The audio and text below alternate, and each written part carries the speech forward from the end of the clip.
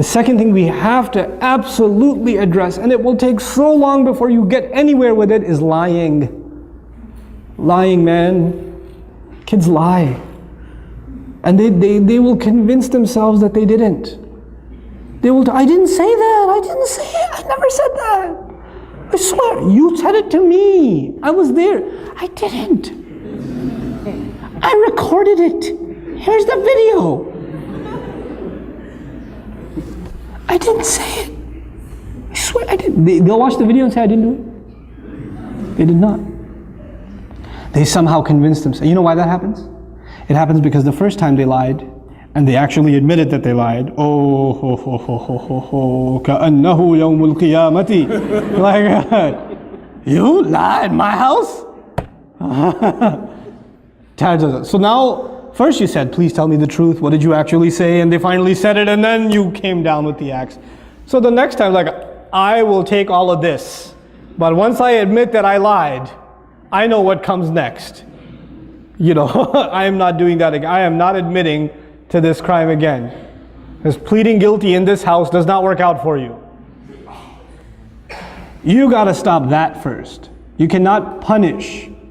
You cannot punish extra for something that happened that's already made you angry. So the mother is angry because the child lied. Or because the child did something bad. Then she's angry because he lied about it. Then she's angry because she doesn't tell me the truth. I'm giving you one last chance. One last chance. I'm going to ask you one last time. Even though she's going to ask 6 more times. But she says one last time. Tell me, and this is the only time I'm going to ask. I'm not going to ask again. Did you do it? No. Okay, I'm going to ask one last time. Before I tell your father. One more time. I didn't do it, I didn't do it, I didn't. And he'll go to bed, he'll cry, he'll wake up, I didn't do it, I didn't do it. He'll stick to it. And you're like, how do I deal with this? And you say, I know you did it. I know you did it.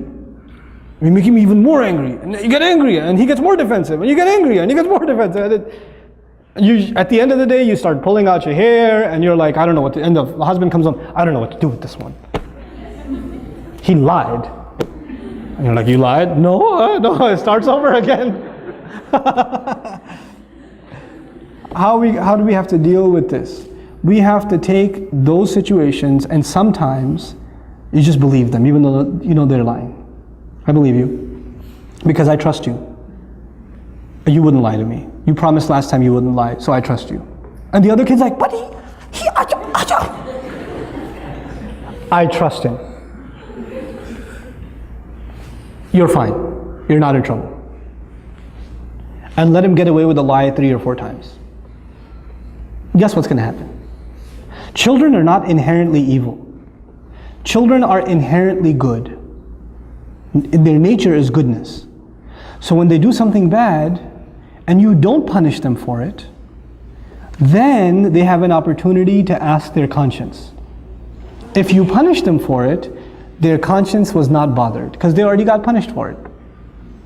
When they get punished for it, they don't feel bad because they did something bad and they paid for it. It's done. There's no conscience. But if you don't punish them once in a while, I said pick your battles. You don't have to get them for every time.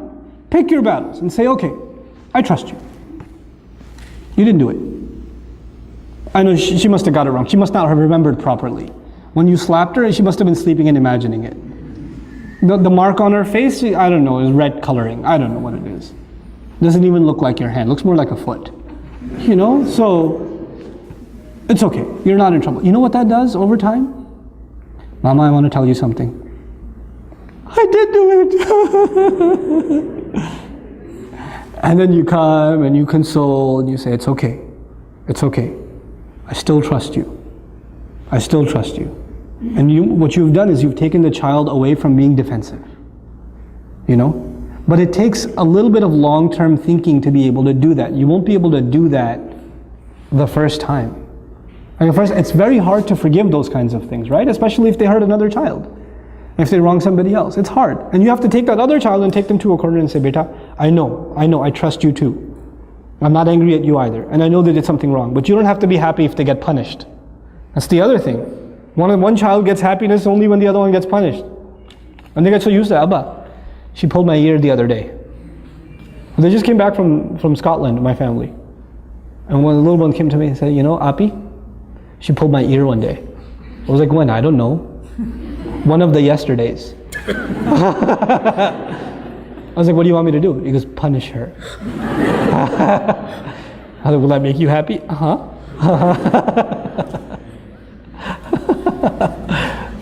Sometimes kids do that. They get a kick out of the other one getting punished. They do. You don't want to create that either. With little kids, with the 2-year-old, it's okay. You want to entertain them. So you bring the older one and you slap your own arm a couple of times and you tell her to say, ow. You know, and she says, ow, ow, it hurts. And then, you happy now, Walid? Yeah. That's cool. But with older kids, when they get happy when the other one gets punished, that's a problem. That's a punishable offense. That itself is a punishable offense. Why are you happy? What do you get out of that? You know? That's something we have to address with our children. So there are two things so far. Tantrums, lying. Lying. And lying, it's a long-term process. You don't get lying out of somebody's system right away. Especially because they don't even see it as lying anymore. They just see it as saving themselves. And kids, when they lie a lot, you know what happens? They actually start believing it themselves. They become better than any actor you have ever seen. They take on the role, boy. They will own it. And so you become extremely dumbfounded. Where do you even begin? Well, begin by not tackling it. Begin by disarming, taking the fear away. That's the second thing, right? So the third thing I wanted to highlight is when children are only happy, and I kind of alluded to this now, when children are only happy when the other one loses something. Or when the other one got punished or something. And I've said this many times before, when the Quran talks about role model fathers, it keeps going back to Yaqub alayhi salam. Yaqub alayhi salam is highlighted as a model for fathers and how you're supposed to be with your children. And yet, even in that amazing, beautiful household, that is 3 generations of prophets. Ibrahim alayhi salam, Ishaq alayhi salam, Yaqub alayhi salam, and then their sibling Yusuf alayhi salam. 4th generation too. Even in that household, trouble makes its way as a result of what? Jealousy. Between siblings. Between siblings. Sibling rivalry, they call it nowadays, right? Now tell me this. I mean, how many of you have siblings, by the way, just so I know who I'm talking to? Okay, mashallah. We're Muslims. Pretty much all of us have siblings. We don't do single child. That's just not our style. You know? Only one? Aren't you bored? You know? So, as our children are coming up, and as I came up, and as you come up, sometimes dad gets angry at you. First thing that goes in your head, how come he doesn't get mad at him? How come he's always picking on me? How come my mom keeps telling me, why can't you be more like your sister? I hate her. And now I hate her even more because mom wants me to be like her. I can't stand her. And that rivalry grows, and and you have friends, as you grow older, you have friends outside, and your sister walks into the room and says, get out of here! These are my friends. You can't have any of those. And then when your friends leave the house, were you talking to my friend? Don't talk to my friends. You know what's going to happen? I'm talking. Rivalry between sisters. Rivalries between brothers. You know? Always fighting over stuff. Yo, bro, that's my shirt. What? You always do that. I hate that. And you're just beating each other up. And then, of course, dad comes in, and because we are, mashallah, Muslim fathers are awesome. They'll do one of 2 things. One, they'll punish the guy closest to them. Right? That's one justice system in the Muslim. Hey, come here. That's one.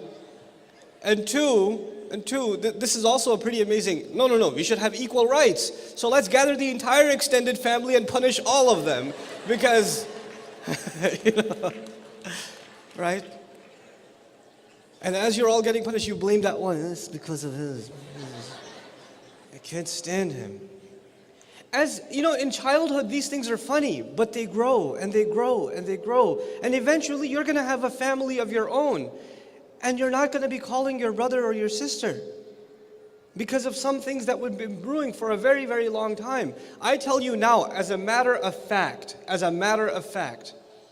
I think one of the people that understands me better than anybody else, I can talk to her When I can't talk to, even my mom I can't talk to sometimes about some things, my wife, nobody will understand like my older sister. And she's very different from me. We're like polar opposites. We get on each other's nerves, we do. But when it comes to certain things, I know the only one that will understand what I'm saying is her. And she knows the only one that will understand what she's saying is me. So we call each other and talk about that stuff. You know, siblings have to have a lot of love for each other. And it's amazing, you know, some things Allah put inside of us. You'll be beating each other to death at home. Like, you two guys are just pounding each other. And then you go to school and somebody says something about your little brother. You go, hey, what you say about my brother? It's my brother. I get to punch him in the face. You don't even, you know, you don't talk about my brother like that. You know, you're so protective of him on the outside, it's time to start being protective of your siblings inside the home too. They have to be your best friends. Fighting's gonna happen, it's inevitable, but jealousy should never be there. A little bit of a quarrel here and there, that's a natural part of growing up. There's nothing wrong with it. I don't say there's anything wrong with it, you know? But there has to be a healthy atmosphere. A lot of you parents are worried because you're noticing your siblings, all they do when they talk is they fight. Every time they interact, they're upset with each other, you know? And they don't want the other to be around. And with girls, it's even more complicated. It's really complicated with girls. My girls will tell me, Abba, she looked at me.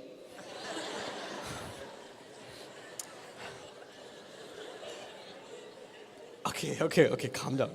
Hey, don't look at her. I wasn't looking at her. So complicated.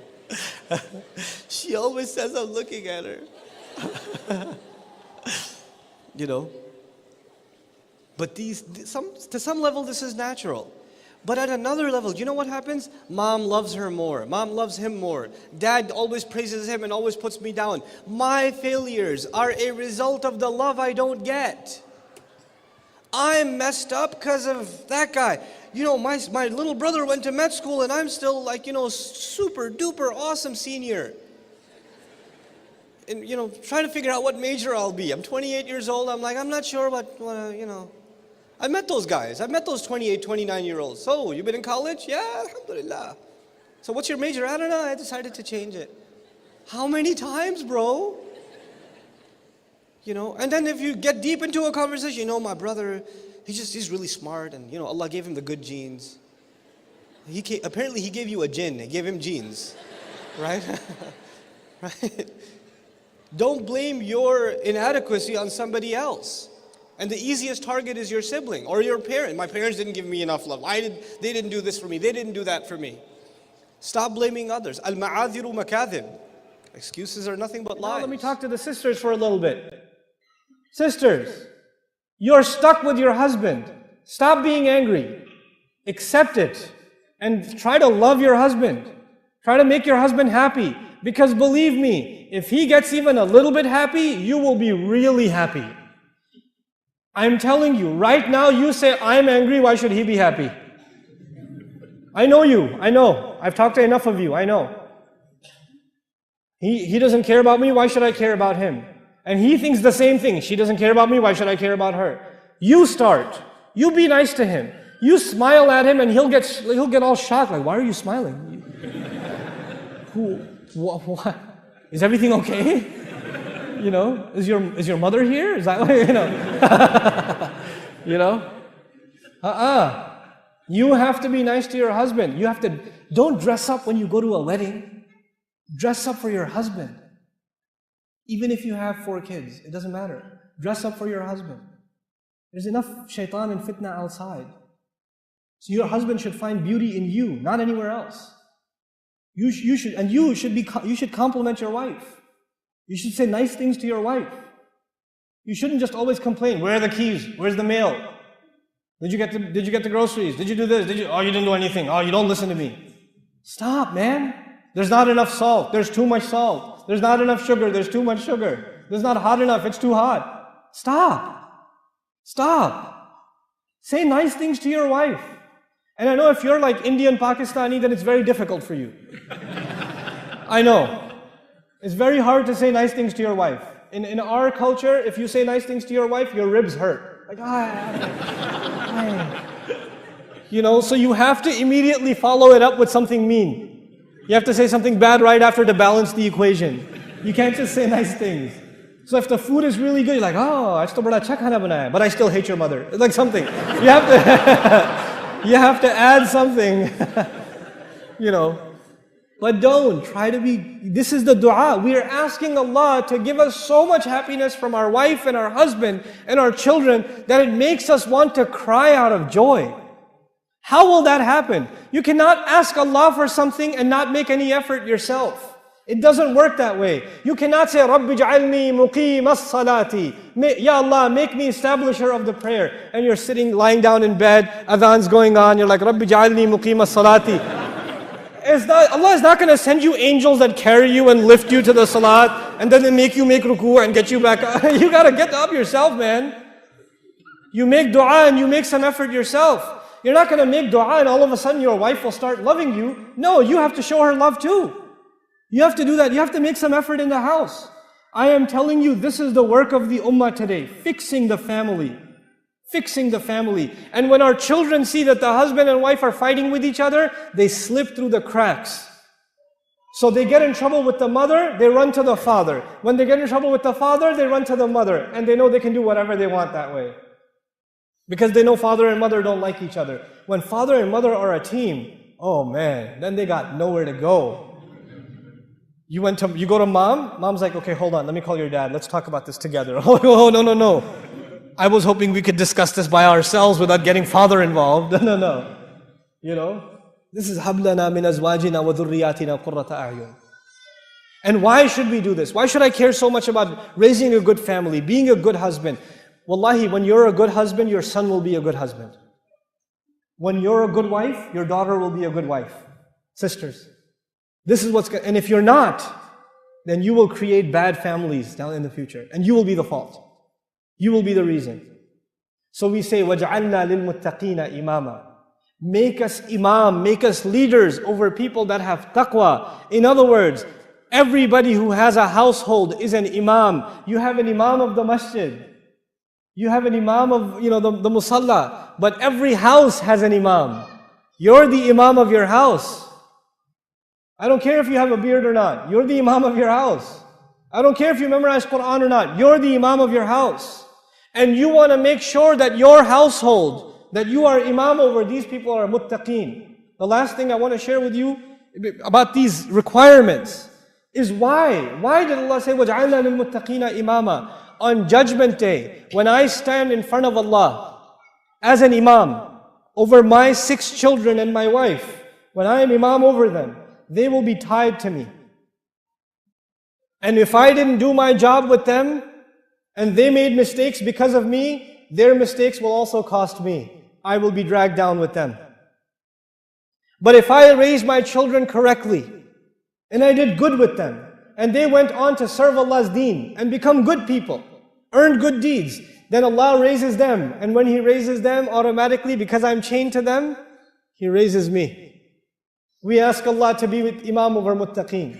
Because we ask that because we need it on Judgment Day. My deeds are not enough. I'm going to need commission from my children and their children and their children and their children. And they guard their privates, which actually means they guard their shame. Because when you work for Islam and you have a sense of purpose, there's one thing that you cannot undistract yourself from, and that is temptation. That is attraction to the opposite gender. It's impossible for you to undo that. So Allah says they take extra precaution to be decent and moral and mindful and protective of their own dignity when they engage in the work. MSA students, when you engage in MSA work, mind yourself. Don't be too chummy with the brothers. Don't be too friendly with them. Don't do that. You have a higher purpose. You're distracting yourself. This is not right. She is somebody's future wife. You're like, well, what about me? Well, how many are you going to say that about, man? Every 10 minutes, that one could work.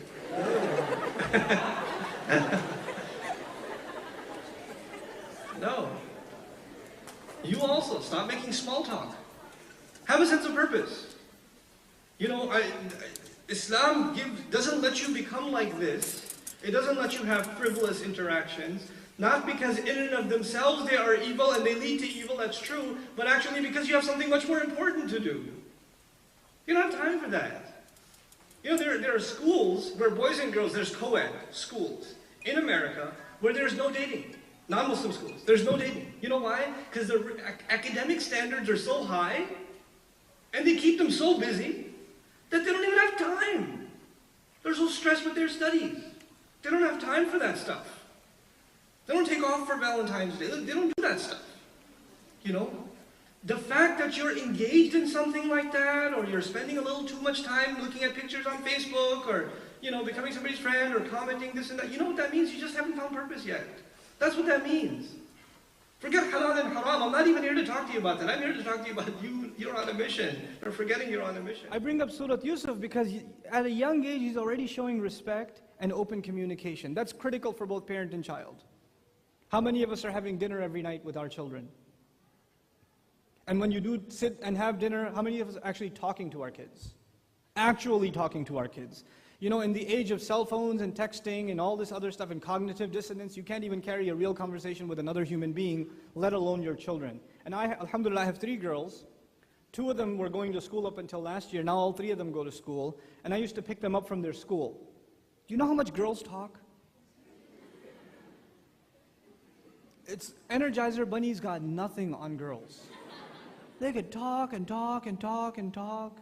You could fall asleep, you wake up, they're still talking to you. They're still talking to you. They don't stop. And so I'm picking them up from school, and Waliya starts telling me, Abba, you know what happened today? My hair clip fell out. My hair clip, the purple one fell out, but the pink one was still there. When the purple one fell out, my friend said, hey, your purple one fell down. Pick it up. So I picked it up. I said, it's a little dirty. It's not that dirty. Then I cleaned it up a little bit. When I put it back on, it didn't get on the right way. So I took the purple one off and the pink one off too. And then my friend helped me put it back on. And you know what I should do at this point? I should say, yeah. Like I'm totally zoned out, not listening. But actually, I have to make it a conscious effort to actually listen and say, so what happened to the pink one then? What about the purple? I have to actually listen. Because and if you're not listening, your kids know. Your kids know. Especially girls, they're really sharp. They pick it up. Like I said, blah, blah, blah, blah, blah, and you're going to say, they'll throw in, can I have $50?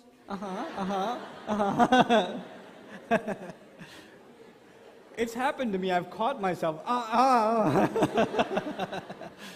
Right? It'll happen. It'll happen. But we have to become good listeners, especially the fathers. Especially the fathers. The moms naturally, Allah has given them certain gifts. Like parenting comes more naturally to a mother. Allah has given her that gift. He just makes her nurturing, soft, caring, concerned, just naturally.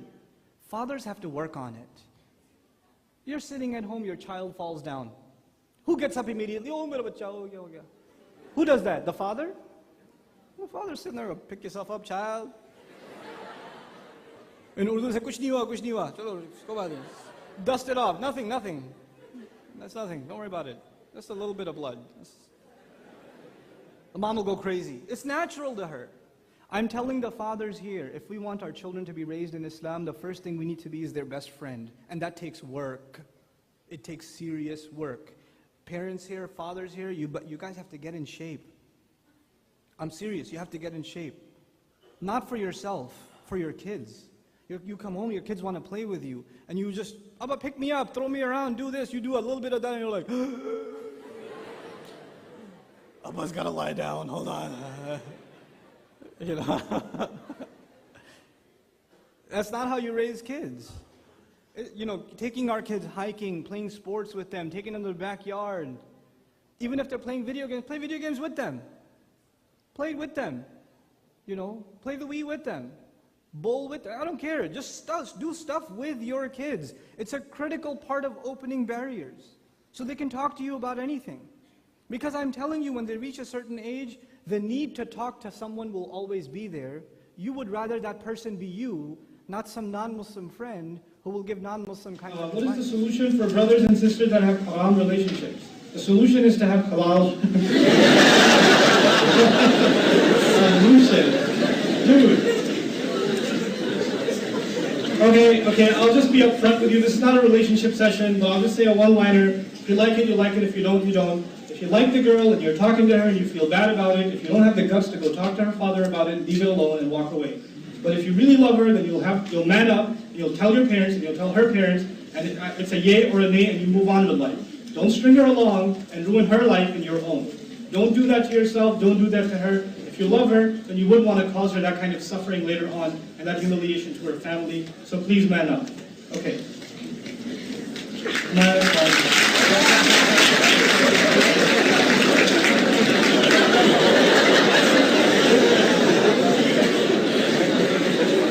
Don't text him right now. You heard that?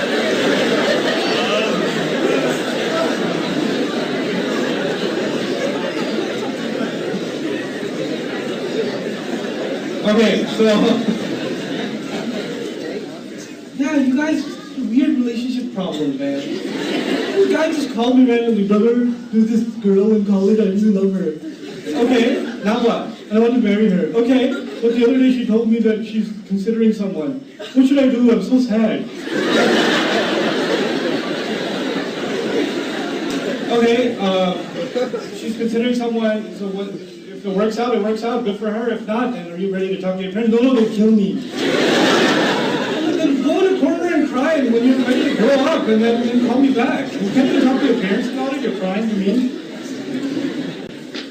And you know, as a Muslim father, you have to kind of get trained into calming down.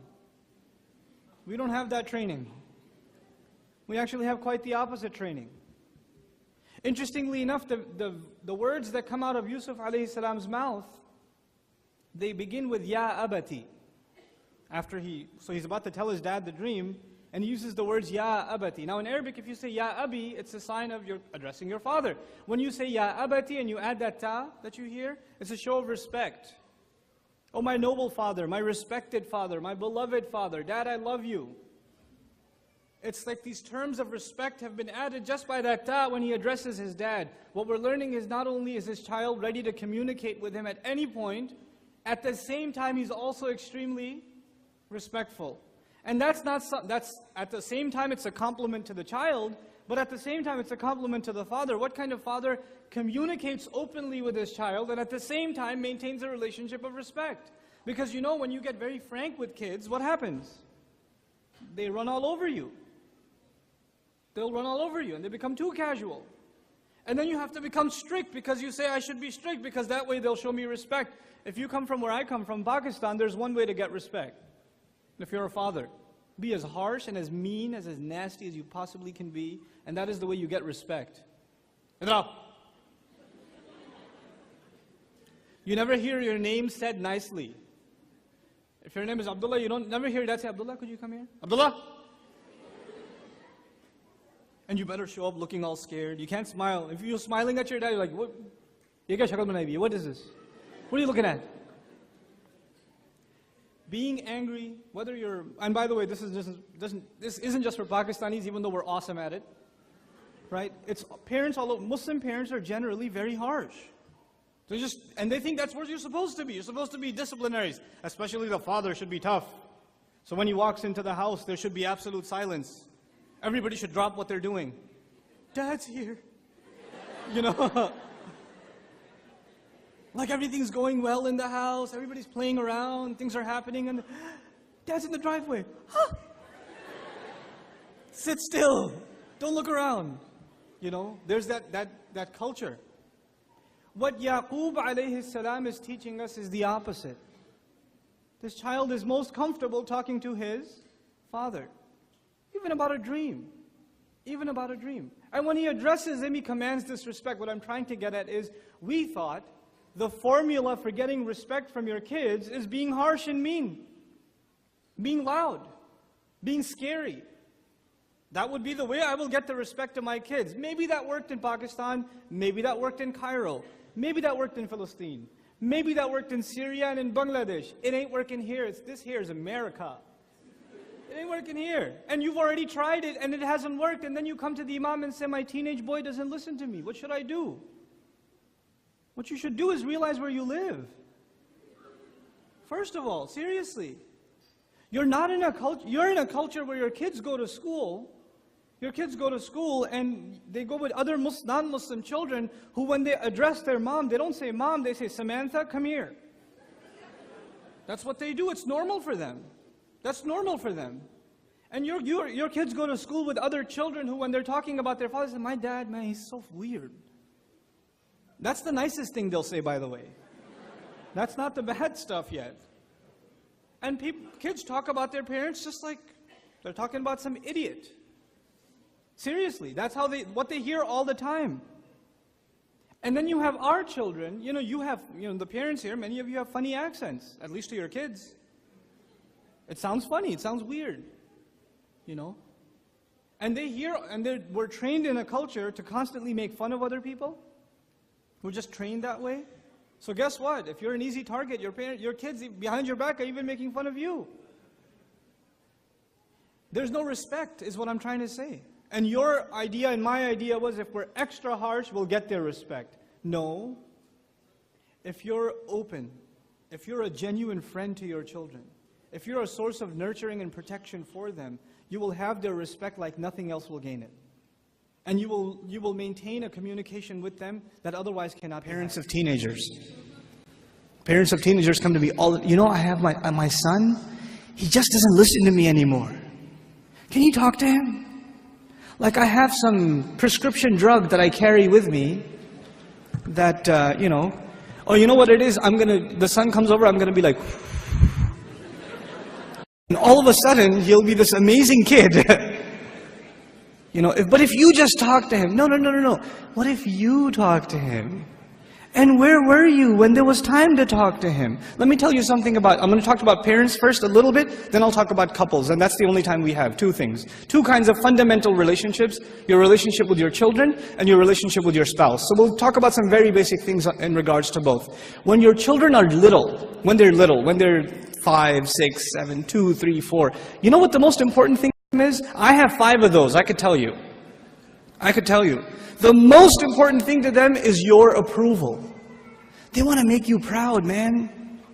They want to show you what they did. I'll be on an important work phone call. And my son will come over, my 2-year-old will come over. Abba. Like, okay, hold on. What is it? Nothing. I'll go back on the phone and he'll start calling me again. I'll be like, okay. What is it? I want to show you something. What do you want to show me? That is it. But you know what I'm supposed to do? Oh my God, that's awesome. Do it again. I'll call you back. You're supposed to appreciate what your children do. They live for that. They desire that more than anything else. I have 3 girls, and you know the difference between girls and boys. Boys can't sit still, and girls can't stop this, right? So I pick my girls up from school. One's in 1st grade, the other's in 3rd grade. I pick them up from school. It's a 25-minute ride back home, and what are they doing the whole way? You know what happened today in class? We colored a dinosaur, and we did this and that, and I was coloring it purple, but I decided to put in some green, and they're going on and on and on and on and on. And they cannot help themselves, and they cannot stop, and I have to pay attention and listen. I have to listen and say, oh, what about blue? No, I did only a little bit blue, right? I have to pay attention. And you know why I'm saying all of this? Just one more story on the side, just to wake you up a little. I share this story all the time. My oldest daughter, my eldest, Hosna, when she was younger, she was really into finger painting. So she'd dip her hands in paint and just making a big old mess, right? And she brings this big cardboard to me, and it's a big blob of blue. I don't see anything, right? And she says, Abba, look what I made. And I'm sitting there going, that's awesome, a mountain. And she says, no, it's Mama. And I was like, oh, don't tell Mama. But the point I'm trying to make is they live for your approval. Live for it. But those of you that have children that are teenagers, do they get in the car when you pick them up from school and they can't stop telling you about what happened? Does that happen? Now, you know what happened in school today? My teacher said this and that and the other, and I got an A on my paper. Nope. They're quiet. And you're trying to know, how was your day? It was okay. So what'd you do? Something. Where are you going today? Somewhere. They don't talk. Getting them to talk is like an interrogation at a police station. And they're not saying anything to you. And while trying to ask them questions, they're texting their friend, my dad is asking too many questions today. You know?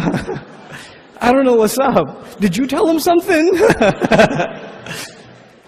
What I'm trying to get at is very simple. At a younger age, your children crave your attention. And when they get older, you will crave their attention.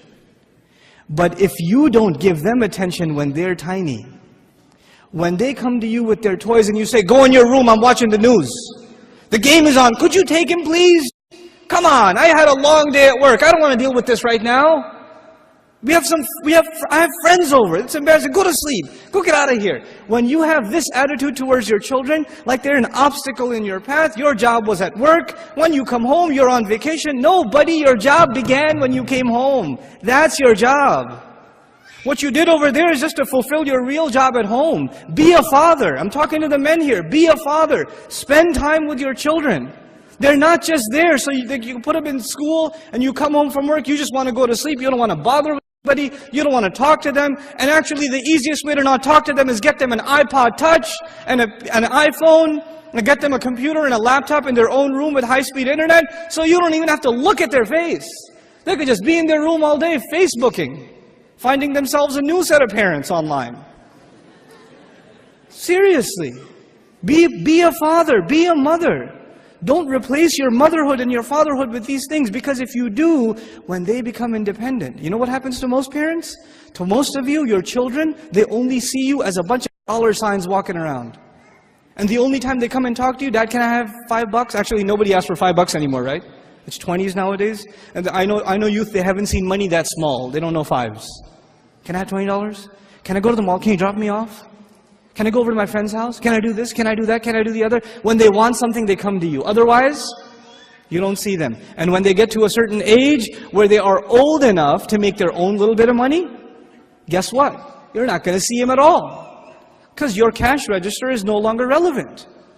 That's no longer relevant. If this is the relationship you are setting yourself up for, you're headed for destruction. We got to change this now. And the way to change it, and it's going to be hard for a lot of you to implement this, but we have to be friends with our children. We have to be their best friends. They should enjoy hanging out with us the most, the parents. You tell me, there are 4 kinds of people Allah talks about that He has favored.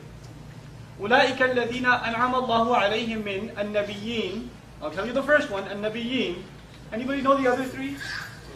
الصِّدِّيقِينَ, الشُّهَدَاء, الصَّالِحِينَ, وَحَسُنَ أُولَٰئِكَ رَفِيقًا. The prophets, those who confirm the truth in the prophets, the martyrs and the righteous. 4 levels of people that basically earn Jannah. What is the lowest of these 4 levels? The righteous, as-salihin. Now listen to this. وَمَنْ صَلَحَ مِنْ آبَائِهِمْ. And whoever was righteous from among their ancestors. Salaha implies here the lowest level qualified to enter Jannah. This person made it to Adan. Their family member is at the lowest level. They're at least righteous, so they made it into Jannah. And Allah says, because of you, they get upgraded. They get upgraded. You can be with them. Now here's the thing. I like to compare this to dunya. You know, in dunya, you go into make a booking at a hotel, right? So you have a lot of family coming, you make a booking at a hotel, you get the executive suite on the top floor, the really big baller room that they charge a lot of money for. They only have like 3 rooms like that. You get one of those rooms. And the rest of your family has 5, 6 rooms on one of those economy peasant class floors. Right? They have those. So you go to the concierge and say, I'd like to be with my family. What are they going to do? Put all of them in executive suites or put you down in the economy class? What are they going to do? They're going to put you down in economy class. What does Allah do here? You're in the executive class Jannah, the premium package. They're in the economy package Jannah. What does Allah do? He upgrades them. وَمَنْ صَلَحَ مِنْ آبَائِهِمْ. And then Allah says آبَائِهِمْ. It's such a beautiful thing. It's this amazing reunion, not like the ones we have at Eid. The reunions we have at Eid get complicated. Not like those. These are actually happy occasions. Right? What happens here is, you know, for example, before I was born, my mother's dad, my grandfather had passed away. I never met him. I only heard stories about him from my mother. Right? There are people who tell me my great-grandfather was a muhaddith. 4 generations ago he was this or he was that. Or my great-great-great-grandfather fought the British in this war. And we have stories recorded in history and we're from his legacy, etc., etc. You don't just get to meet your dad and your granddad. You get to meet your ancient ancestors. I mean, I come from Pakistan, and I know for a fact, probably somewhere up in my ancestry, my ancient ancestors were Hindu. Right? Islam came to them. They're not like born into Islam. They were Hindu. And there was some Hindu back in the day that became a Muslim. And because of that one guy's decision, his children's children down to me are saying La ilaha illallah. I'd like to meet that guy. My great-great-granddad. How was it? Who told you about Islam? It'd be amazing. It would be an amazing thing to have that reunion. وَمَنْ صَلَحَ مِنْ آبَائِهِمْ وَأَزْوَاجِهِمْ and their spouses. And by the way, when you meet your spouse in Jannah, it's not like meeting your spouse here. So don't get depressed. Right? Right? Oh, you get to meet your wife? Jannah, I thought it was... You're here too? No, not like that. Am I in the right place? No. Not like that. All the ghil, all the ill feelings, all the things that you find annoying about your spouse. We love our spouses. But there are things that we don't get along with. There are things that are causes of friction. Allah gets rid of all of those things. The only thing left is love and affection and appreciation. That's all that's left. And then you meet your spouse and you're like, wow, why weren't we like this in dunya? Because it's Jannah. You can't have that in dunya. You get that in dunya for the first week of marriage. That's it. After that, the flight lands and you're on planet Earth. Okay. وَذُرِّيَّاتِهِمْ and their offspring. Imagine right now, alhamdulillah, I have small children. And I don't know how long I'll be on this earth.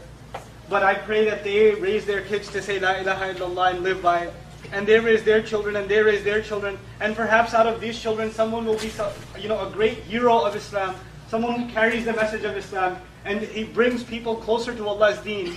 Someone that the ummah is proud of from my children down the road. And I don't even know, this happens 300, 400 years after I'm gone.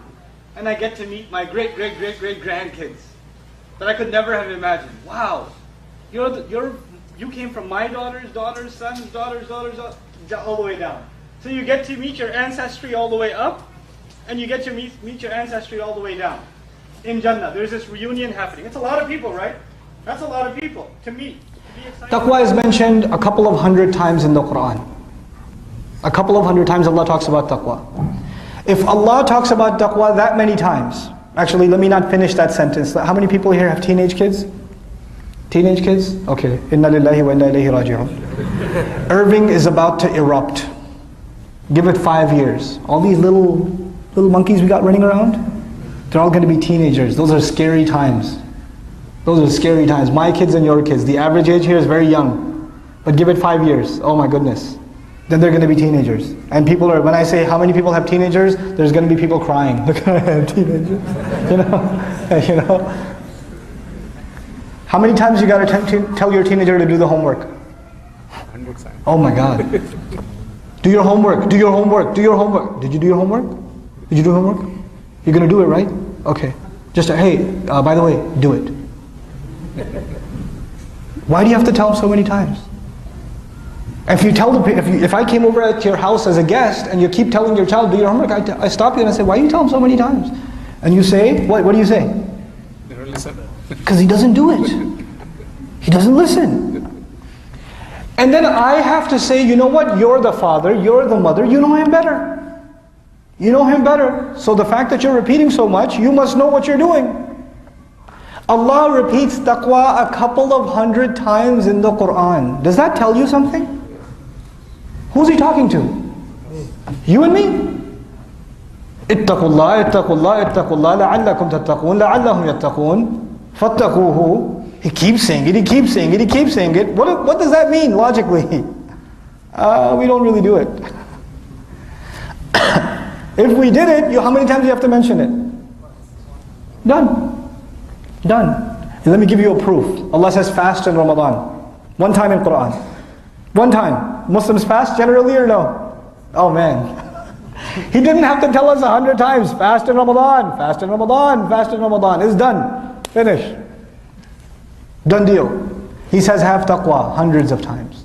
So which one is harder, fasting in Ramadan or taqwa? Oh, taqwa is hard. Taqwa is hard.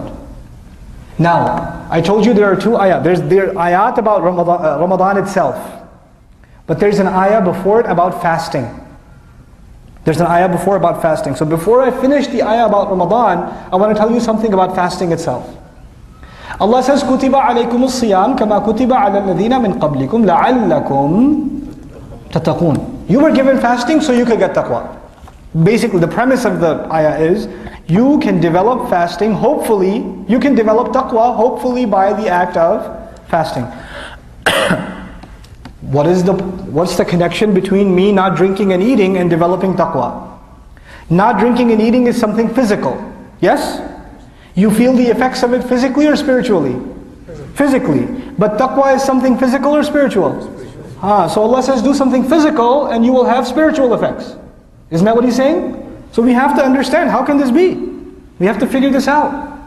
Listen, if you fasted before, and all of you have, it's a hot day. You're with your coworker, and he's gulping like gulp, gulp, gulp, gulp, like next to you. And you're looking at him drink, and your throat is begging. Your throat is screaming at you. Just take some water. You're starving. You're starving, and you're, right before iftar time, right before you're sitting at the table, you can hear the fries frying, and the fruit chart is being put on the table. You're looking at it. Actually, you're looking at that and the clock, and you're looking at that and the clock. It's like the playoffs. In the last few seconds, that's what you're doing. It's time, right? It's in your hand, it's here. It's time, right? It's time, right? It's time, right? Oh no, that clock is off. Oh God, I hate that. But you know what? You're in anticipation. But your stomach is hungry before the bell rings, or no? Your stomach says, I want food, give me. Your throat says, I want drink, give me. But your heart says, hey, throat, shut up. Not until Maghrib. Your stomach says, I want food, and you tell your heart that fears Allah more, that heart becomes stronger and learns to tell the belly, hey, no, not until Maghrib. There's a fight going on inside you. For 30 days there's a fight going on inside me. And for 30 days my heart wins. For 30 days I beat my stomach, and I beat my throat, and I beat my eyes, and I beat my ears. I beat them. The ear says, come on, it's a couple of songs, no big deal. Just one movie the eye says, no, it's Ramadan. Even those of you that are like addicted to movies, you'd cut it down in Ramadan. No bro, it's Ramadan bro, I can't do it. You guys, some of you guys go to parties and stuff. Not the halal kind. Not those kind. But in Ramadan you cut it down. Your feet say, hey, come on, let's go. Your hand gets jittery with the car keys. You say, no, it's Ramadan. Your heart says, no, Ramadan. We're off duty this month. Not going to do it. There's a battle going on inside you, and for 30 days Allah gives you the power to win. For 30 days. And if anybody's ever joined a workout program, lose weight in 30 days, get ripped in 45 days, become a monster in 80 days, whatever. Whatever it may be. What happens to most people? They watch the first episode, come on, stay with me. What happens after that? I need a donut. They're done after one day. Do Muslims quit fasting after one day? No. They stay 30 days. If they just understood why they're fasting, because my belief is most Muslims don't understand why they're fasting. They forgot that they're fasting in order to build taqwa. If they remembered that, if they understood that, if I remembered that, then my heart has been trained for 30 days to defeat the rest of my temptations. All of them. I have my heart, but the taqwa of Allah has won for 30 days. That's what you call a training program. I don't really call this teaching either. It's just a conversation, really. That's all this is. And as part of this food for thought, I want to share with you a simple example. I see a lot of desis in the house. Desis? Show of hands. Inna lillahi wa inna ilayhi raji'un. Okay. All right. I'm desi too. Okay. So we have our weddings. You give an advice to a family, don't have an elaborate wedding. Don't take a loan out of $30, $40, $50, $60,000 to pull off this insane wedding, this ridiculous party that's going to have like 8 different sessions. It's like the playoffs. Every day is a major event, right? There's the Mehndi part 1, Mehndi part 2, reception and a half, and then, you know, then this thing, then that thing, and this shower and that shower. Just nikah is just nikah walima done, right? Keep it simple. But no, we gotta go all out. And why do we have to go all out? Because your cousin had a better wedding. And if we don't have that kind of wedding, how are we gonna show our face? What's your uncle gonna say? What's your grandmother gonna say? What's this one gonna say? What's that one gonna say? What people are going to say drives you so insane that you put yourself in insane amounts of credit card debt. And this family, this new family that has just started, starts their life in debt. And they're getting, as presents, they're getting like 30 blenders, $100 gift cards. And on top of that, they inherit something they're paying off for 2-3 years. No wonder, you know, one of the main causes of early divorce is financial distress. And you're starting a married life with financial distress. Who put that burden on you? And look at the sunnah of Allah's Messenger sallallahu alaihi wasallam. Easy, straightforward. A really good friend of mine, Imam Isa from Roosevelt, Long Island. I was at his masjid one time for Asr. I was waiting for Maghrib, and this brother walks in. Sheikh, I got to do a nikah. He goes, okay. He goes, all right, can I come after Maghrib? I was like, fine. So I was like, oh, I got to watch this. I got to see this. After Maghrib, a couple of people walked into the masjid, maybe 8 altogether. The guy himself, the guy getting married, came in with an apron dirtied with blood because he sacrificed his own animal for the walima that they're going to have after Isha. Within 45 minutes, the affair was over. We hugged each other, celebrated, and done. That's a wedding. Man, that's how simple our deen is. It's a thing of beauty. You know, it's a thing of beauty. But when we complicate it on ourselves and we bring all these problems upon ourselves, stress, nastiness, how many fights and arguments you remember happened at the time of the wedding? How many arguments? How much nastiness? This one said this, they said you didn't get us a hotel room. And we didn't get a first, chair on the first row. And that one was saying something about your dress and all this dumb stuff. And we make our lives hard with. And Allah says the intention, the objective of these rules, make your life easy. You were made weak. One time I was talking to a bunch of youth about forgiveness. Just a small reminder about just make regular istighfar and ask Allah to forgive you, and etc. And one brother came up to me afterwards and said, can I talk to you in private? And I said, sure. So we go in the corner and he says, bro, look, I've done a lot of messed up stuff. I mean, I'll ask for forgiveness because you're saying, but I'm pretty sure God's not going to forgive what I did.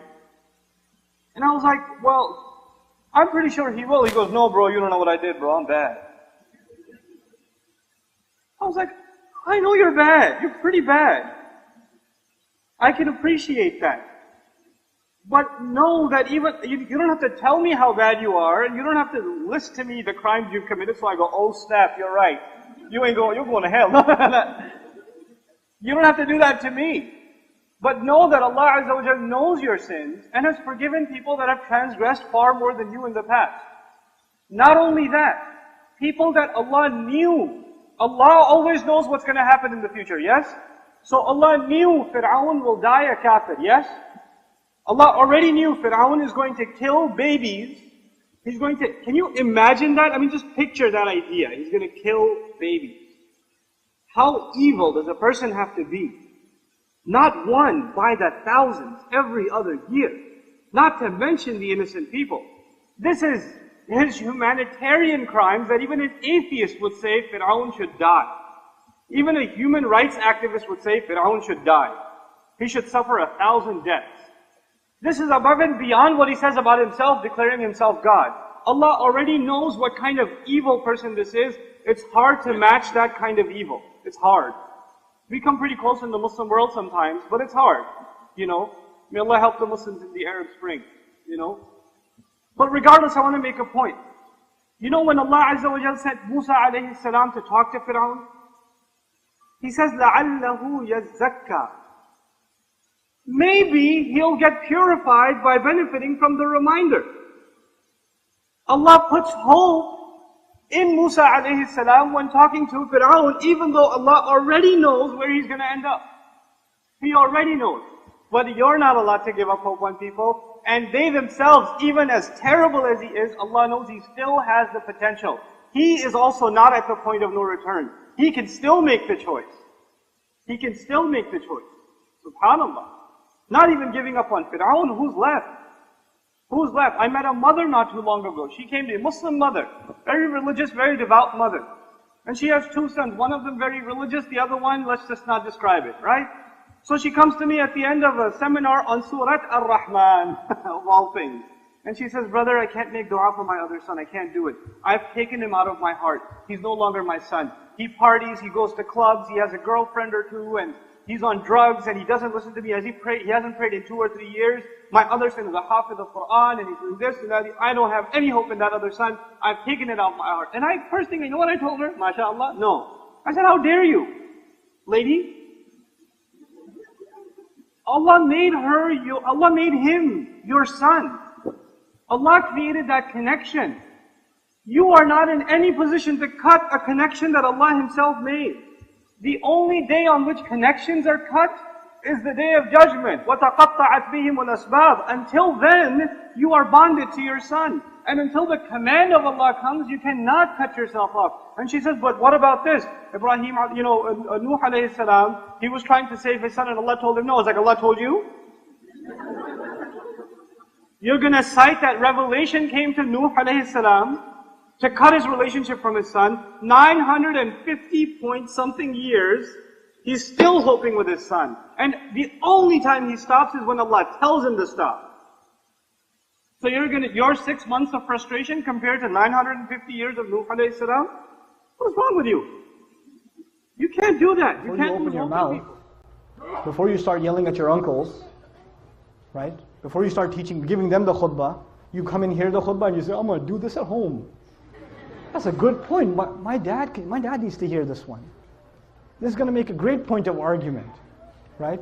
A lot of excited young people do that. They discover the religion, they hold on to it, and they use it to debate with family, right? When you do that, you're basically abandoning what the messengers did. You have to have a little credibility first. When you turn to the religion, you become the best son, the best daughter, the best husband, the best wife. Speaking of the best husband, I want to tell you a story. A really good one on this subject, making people conscious of Allah. You don't just invite people to have taqwa of Allah with your words. Your character says a lot. A friend of mine, he became a friend actually on a short trip, told me about how he was raised in a Muslim family. He's Guyanese origin, and in Guyana there's Muslims that are committed, and there's Muslims that have mixed their religion with Hinduism, and some Muslims that are just Muslim by name, and they've completely almost lost everything of the religion. They almost know nothing of the religion. And he was of the latter type. He almost knew nothing about the religion. So as he was growing up in New York, he almost completely just wasn't even practically Muslim. He used to, get into fights with his mother. He went to jail a couple of times. He was in gangs, all kinds of stuff. Later on in life, he decides he wants to, he's looking for God. And he knows at least by name he's Muslim. I think his name was Muhammad or something, right? By name he's Muslim, so he should look into what religion first? Islam. So he starts looking into Islam, starts going to the masjid, starts learning how to pray again, becomes more serious. At the time he was, he had married his girlfriend who was Christian or whatever. Right? He starts becoming more serious about the religion. And then his wife notices that he's praying. And the beer is gone from the fridge. And he's not going out with his drinking buddies. And he doesn't go to Atlantic City on the weekends. He's a different guy. Something's changed, And he doesn't say anything to her. Just on his own, he didn't yell at her, didn't tell her to, put a hijab on or whatever, lose all her friends. He didn't do any of that. He went to a scholar, and I make dua for the scholar that he went to. He didn't tell me his name, but he said, I went to my scholar, and I told him, look, I'm becoming more and more aware of Islam, but my wife, of course, is a Christian, and she's not even a practicing Christian. She's just kind of what I was before. She's exactly like I was before. How do I help her? He said, don't tell her a thing about Islam, just be the best husband you can be, and to do that, just study what kind of a husband the Prophet was. Just do that. Don't worry about what you need to tell her. Worry about being the best possible husband, and that is the sunnah of the Messenger ﷺ. The Messenger would buy his wife gifts. The Messenger would joke with his wife. The Messenger would spend time with the mother of the believers. The Messenger would praise and compliment the mother of the believers. I'm mentioning that on purpose, guys. He would compliment them. You guys eat the first morsel of food in iftar, like, And the wife says, what? You go, nothing. Right? You drink, some of the desis here drink the first little sip of lassi. Look, I know the economy's bad, but are we really that short on sugar? Or, you know? Very painful for you to say a compliment. I understand, especially for those of you that come from my original country, Pakistan. For you to give a compliment to your wife can cause an ulcer. So I understand, but it's a sunnah, guys.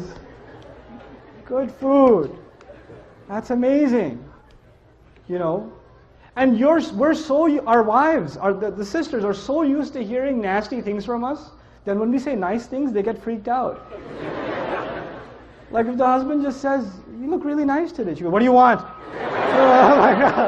Like, she gets worried, like he's up to, you know, we gotta fix that. That's a problem. It can't be healthy. So he starts doing these things with his wife. And in the beginning, he used to argue with her sometimes about Islam and tell her how Christianity doesn't make sense. How can 3 be 1 and 1 be 3? All those kinds of arguments, you've heard them before, right? And none of those would work with his wife. None of them. He's like, no, I'm a Christian and that's it. Jesus is in my heart. Leave me alone. 3 years go by. He stops talking to her about Christianity and how dumb it is or whatever. Stops debating with her. He's just being what he can be as the best husband. And one day he's making maghrib and his wife joins him in salat. And he's in salat. It messes up his salat. Like, you know, like, right? What's happening here? Right? Yeah. Can we give a break for after like 5 minutes? Yeah, we can give a break in 5 minutes, sure. For 10 minutes because they have to move the... Sure. So, he gives, you know, after salat, he looks at her and he goes, what happened? And she goes, what? Nothing. And he goes, no, you have to tell me what happened. And of course she says what pretty much any wife would say, it's complicated. Alright? But eventually she tells him, and she tells him, look, I've never seen a husband like you. My dad wasn't like that. I've never seen a father like you. The way you are with our child, I've never seen a father be like that. It's so beautiful. This religion can't be wrong. It can't be wrong. This is ittaqullah. You see how aware you are of Allah in your life. Right? It's not how many ayat you've memorized, how many ahadith you know, how much knowledge you can spit out at someone, how many quotes from scholars you can deliver. It's not about that. How are you living your life? People can see that. You're calling people to the taqwa of Allah. حَقَّ تُقَاتِهِ وَلَا تَمُوتُنَّ إِلَّا وَأَنْتُمْ سبحان الله والحمد لله ولا إله إلا الله سبحان الله والحمد لله ولا إله إلا الله